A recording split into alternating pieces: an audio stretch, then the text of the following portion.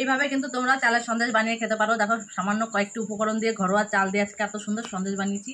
তো সন্দেশটা দেখতেও কত সুন্দর আর খেতেও কিন্তু সেই টেস্টি হয়।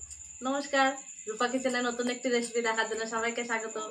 আজকে শুধুমাত্র ছানা ছাড়াই আমি এক বাটি চাল দিয়ে আজকে একটা সুন্দর সন্দেশের রেসিপি করে দেখাবো। তো রেসিপিটা আশা করি ভালো লাগবে, তো দেখতে থাকুন প্রথম থেকে শেষ অবধি।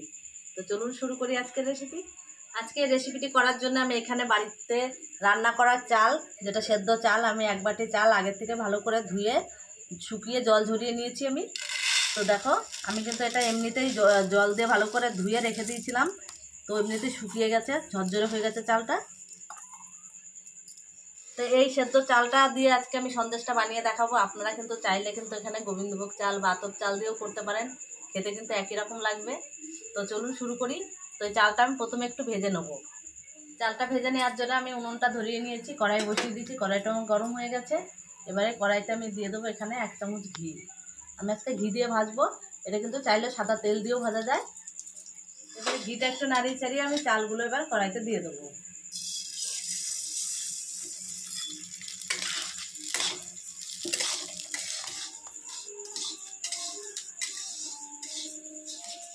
তো চালটা আমার দেখো লাল করে অনেকটাই ভাজা হয়ে গেছে। এই সময় এর সাথে আমি কিছুটা কাজু বাদাম আমি টুকরো টুকরো করে ভেঙে নিয়েছি, এইটাও এর মধ্যে একটু ভেজে নেব। এতে করে কিন্তু খেতে ভালো লাগবে।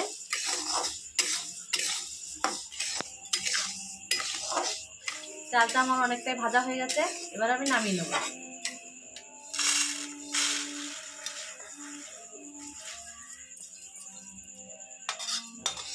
এবারে চালটা আমি কিছুক্ষণের জন্য একটু ঠান্ডা করতে দেবো। ওদিকে চালটা ঠান্ডা হতে থাকুক, এদিকে আমি কড়াইতে দুধটা গরম করে নেবো। তো দুধ দেওয়ার আগে আমি কড়াইতে একটু জল দিয়ে দেবো। এবারে দুধটা ঢেলে দেবো। তো দুধটা দেওয়ার আগে জলটা দিলে দুধটা কিন্তু আর লেগে যাবে না।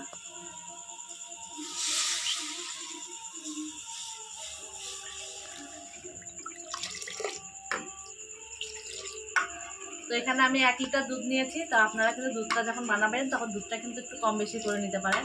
যত বেশি দুধ নেবেন খেতে কিন্তু তত বেশি ভালো লাগবে। তো বেশি করে দুধ নিলে কিন্তু দুধটা একটু ফুটিয়ে কমিয়ে নিতে হবে।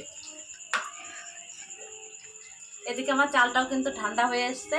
এবারে এই চালগুলো কিন্তু আমি একটু বেটে নেবো। তো এই চালটা ঠান্ডা হওয়ার পরে কিন্তু অনেকটাই মুচমুচে হয়ে গেছে, এটা কিন্তু বাটতে কোনো সমস্যা হবে না। তো এটা কিন্তু বাটার সময় শিলনোড়াতেও বাটতে পারেন, আবার মিক্সি জারেও বাটতে পারেন। তো আমি আজকে কিন্তু মিক্সি জারেই গুঁড়ো করে নেবো। তো এই চালটা যখন গুঁড়ো করতে হবে তখন কিন্তু একটু মোটা মোটা দানা রাখতে হবে, একবারে মিহি করলে কিন্তু খেতে ভালো লাগবে না। দুধটাকে আমি ভালোভাবে ফুটিয়ে জাল করে নিয়েছি। এবারে দুধের কড়াইটা আমি নামিয়ে একটু সাইড করে রাখবো। এদিকে আমি আরেকটা কড়াই বসিয়ে নিয়েছি। তো ওই কড়াইতে আমি একটু চিনি দিয়ে ক্যারামেল তৈরি করে নেব। ক্যারামেল তৈরি করে নিলে কিন্তু সন্দেশের কালারটা সুন্দর আসে, খেতেও ভালো লাগে, দেখতেও সুন্দর হয়। তো ক্যারামেল হওয়ার জন্য দেখো কালার চলে এসছে। তো এইভাবে আমি চিনিটা গলিয়ে আর একটু রংটা সুন্দর করে নেব। তো দেখো ক্যারামেলটা কিন্তু আমার অনেকটাই কালার চলে এসছে, চিনিটা কিন্তু একটু বাকি আছে। তো এই সময় কিন্তু আমি একটু জল দিয়ে দেবো।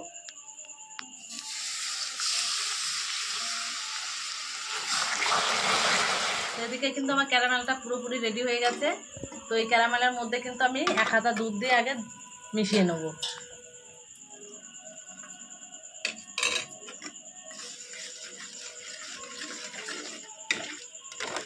ক্যারামেলের কড়াইটা নামিয়ে আমি আবার দুধের কড়াইটা বসিয়ে দিয়েছি। তো এই সময় কিন্তু আমি এখানে একটা এলাচ দেবো। তো এলাচটা আমি গোটায় দিয়ে দিচ্ছি, পরে আবার তুলে ফেলে দেবো।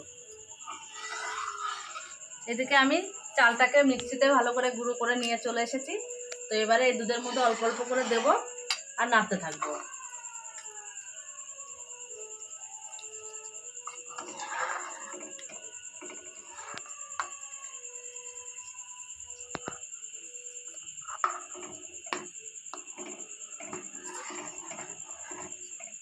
দিয়ে দেবো সামান্য একটু লবণ।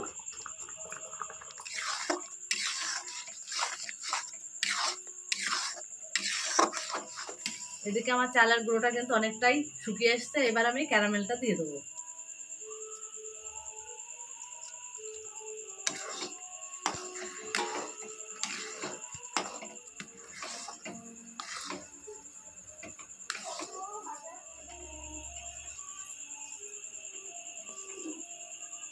এবারে কিন্তু আমি সন্দেশের ডোটা হয়ে গেছে সুন্দরভাবে। এবারে আমি উনুনটা অফ করে দিয়ে আমি নামিয়ে নেব।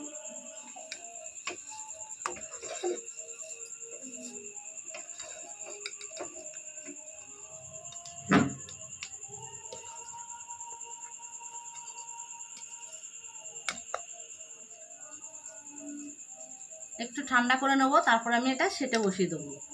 তো চালের সন্দেশটা কিন্তু অনেকটা ঠান্ডা হয়ে আসছে। আর এদিকে আমি সেটে বসানোর জন্য আমার কাছে এখন মোল্ড নেই, তার জন্য আমি এরকম একটা থালা নিয়ে নিয়েছি, দিয়ে ভেতরে একটা পেপার নিয়ে নিয়েছি। পেপারে আমি একটুখানি সাদা তেল বা ঘি লাগিয়ে নিলেই হবে। আমি ঘি লাগিয়ে নিয়েছি, এবারে এটা বসিয়ে দেবো।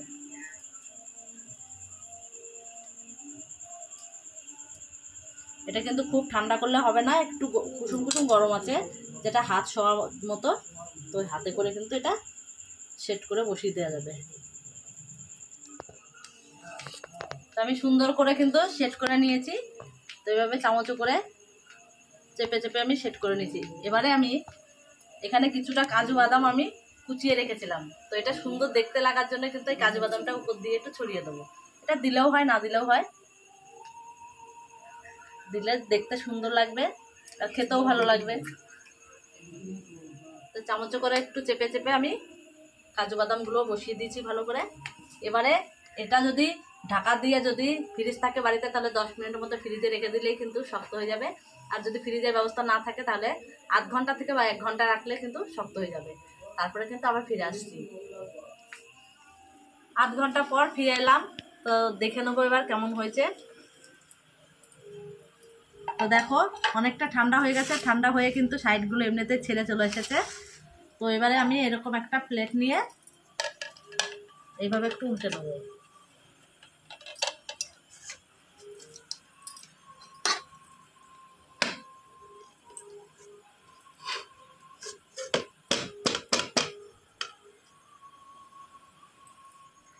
তো সন্দেশটাকে আমি সোজা করে উল্টে নিয়েছি, খুব সুন্দর দেখতে লাগছে। তো এবার কিন্তু আমি একটা শেপ করে কেটে নেব।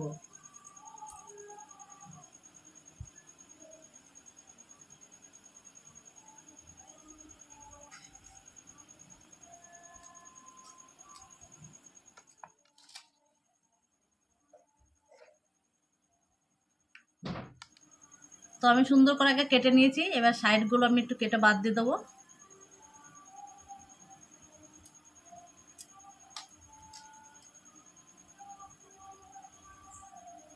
এবারে আমি শেপ করে নেব।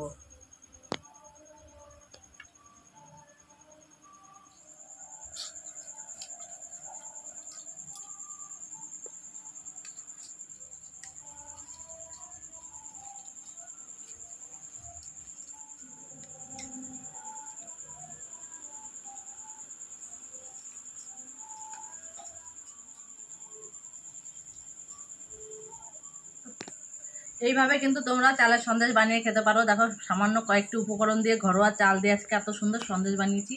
তো সন্দেশটা দেখতেও কত সুন্দর আর খেতেও কিন্তু সেই টেস্টি হয়। আজকে আমার সন্দেশের রেসিপিটা কেমন লাগলো অবশ্যই কমেন্ট করে জানাবেন। আর একটু বেশি বেশি করে শেয়ার করবেন, লাইক অবশ্যই করবেন। আর একটু নতুন নতুন রেসিপি পেতে হলে চ্যানেলটিকে সাবস্ক্রাইব করে পাশে থাকবেন। আবারও ফিরে আসবো অন্য কোনো সময় অন্য কোনো রেসিপি নিয়ে। ততক্ষণে ভালো থাকবেন, সুস্থ থাকবেন, সাবধানে থাকবেন।